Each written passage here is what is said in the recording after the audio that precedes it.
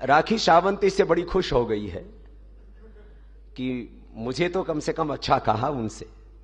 मुझे लगता है ये इस तरह की उपाधियां, उपमाएं तब दी जाती है जब कहीं ना कहीं कोई बड़ी गलती किसी से हो जाती है।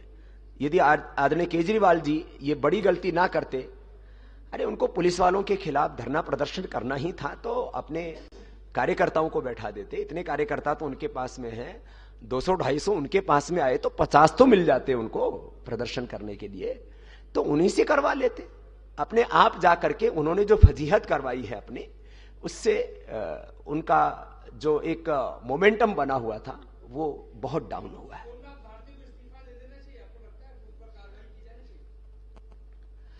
मुझे अभी तक ये समझ में नहीं आया, आदरणीय केजरीवाल जी 14 नवंबर 2010 को जब पहली बार हमारे साथ में सार्वजनिक तौर पर इस भ्रष्टाचार के खिलाफ लड़ाई लड़ने के लिए मंच पर आए थे हम, और उन्होंने ऐलान किया था कि हम भ्रष्टाचार के खिलाफ जंग लड़ेंगे, तो वो शीला दीक्षित के खिलाफ 300 पेज से ज्यादा की रिपोर्ट लेकर के आए थे। अब वो प्रूफ मांग रहे हैं। जब कांग्रेस के मंत्रियों पर भ्रष्टाचार के आरोप लगते हैं तो कहते हैं उनका तुरंत उनको इस्तीफा देना चाहिए। इनके कितने स्टिंग ऑपरेशन हुए, अभी जो भी मामला हुआ युगांडा की महिलाओं को लेकर के, तो अपने खिलाफ जब भी कोई बात आती है तो कहते हैं हम जांच करेंगे, और जांच खुद ही कर लेते हैं और सर्टिफिकेट दे देते हैं।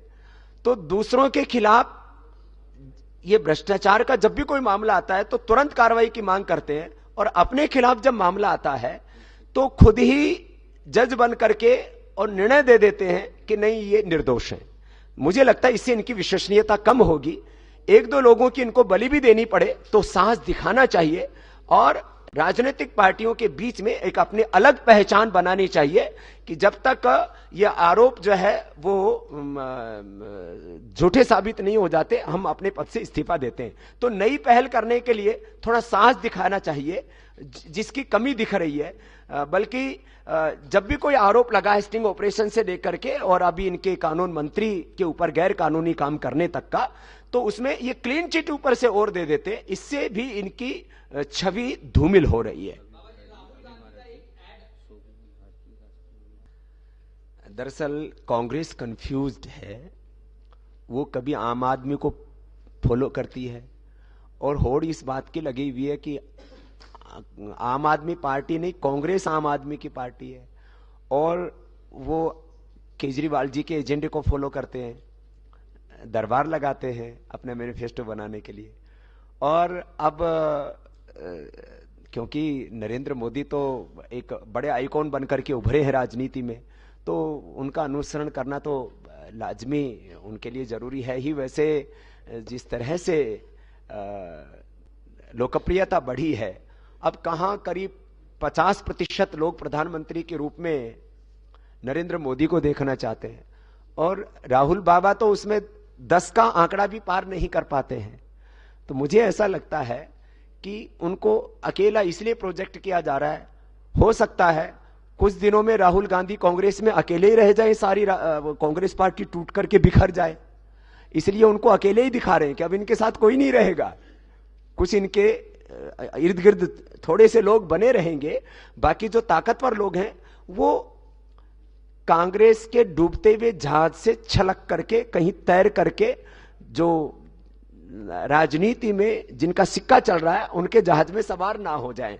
मैंने पहले भी इस बात को कहा था, आज से 6 महीने पहले यही प्रेस कॉन्फ्रेंस करके, कि 100 से कम सीटों पर कांग्रेस सिमट जाएगी।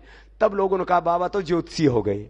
अब वो मेरी बात आप लोगों को सच दिख रही है। अब मैं और कह रहा हूं, इस बार के चुनाव में राहुल गांधी और सोनिया गांधी दोनों हारने वाले हैं, और जिस पार्टी का शीर्ष नेतृत्व हारने वाला होता है उस पार्टी के साथ कोई खड़ा नहीं होता है। पार्टी हमेशा जीतने वालों के साथ खड़ी होती है। तो जिस पार्टी का नेतृत्व पार्टी को जीत नहीं दिला सकता, वो पार्टी एक दिन टूटेगी। और 2014 के चुनाव के बाद कांग्रेस निश्चित रूप से खंडित होगी। वैसे भी ये राजनीति का मैंने कहा डूबता हुआ जहाज है, और जो भी यूपीए के गठबंधन में जितने दिन रहेंगे, मैंने पहले कहा था कि भैया वक्त से निकल जाओ इस जहाज से, नहीं तो ये तो डूबेंगे, तुमको भी लेके डूबेंगे। इसलिए शरद पवार जी को जो नुकसान हो रहा है उनको संभल जाना चाहिए। यदि मुलायम सिंह जी को नुकसान हो रहा है, अरे आप समर्थन दे रहे हैं, चाहे अंदर से दे रहे हैं या बाहर से दे रहे हैं, तो लोग आपको उन्हीं के साथ गिनेंगे ना। तो कांग्रेस का समर्थन देने वालों को और कांग्रेस का समर्थन लेने वाले आम आदमी पार्टी जैसों को लोग कांग्रेस की श्रेणी में ही रख रहे हैं। इससे जो बचना चाहते हैं उनको कांग्रेस का समर्थन देने और लेने से बाज आना चाहिए, नहीं तो देश की जनता उनका भी बहिष्कार कर देगी।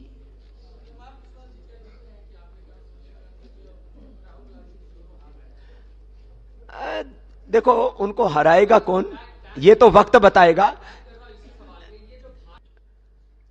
राजनीति में आक्रामक भाषा कई बार जरूर होती है, लेकिन उस आक्रामकता में भी फूहड़ता नहीं होनी चाहिए।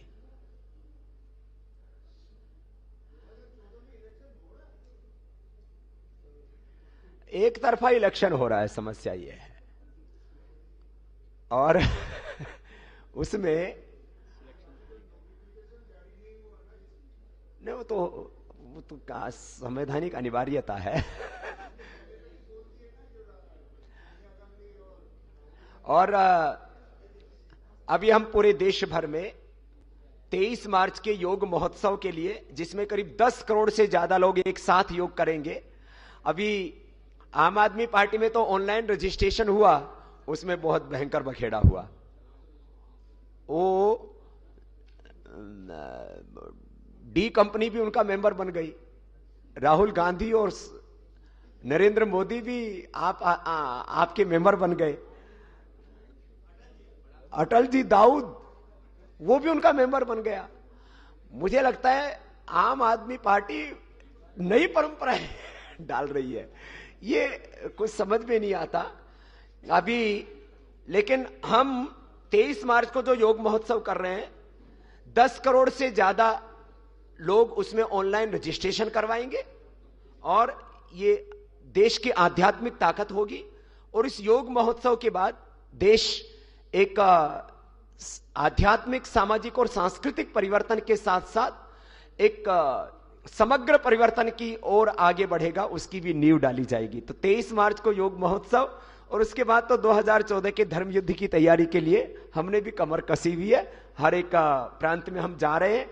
ये बीच में 1-2 दिन अभी दिल्ली आना हुआ था, फिर अभी हमारे पूरा देश का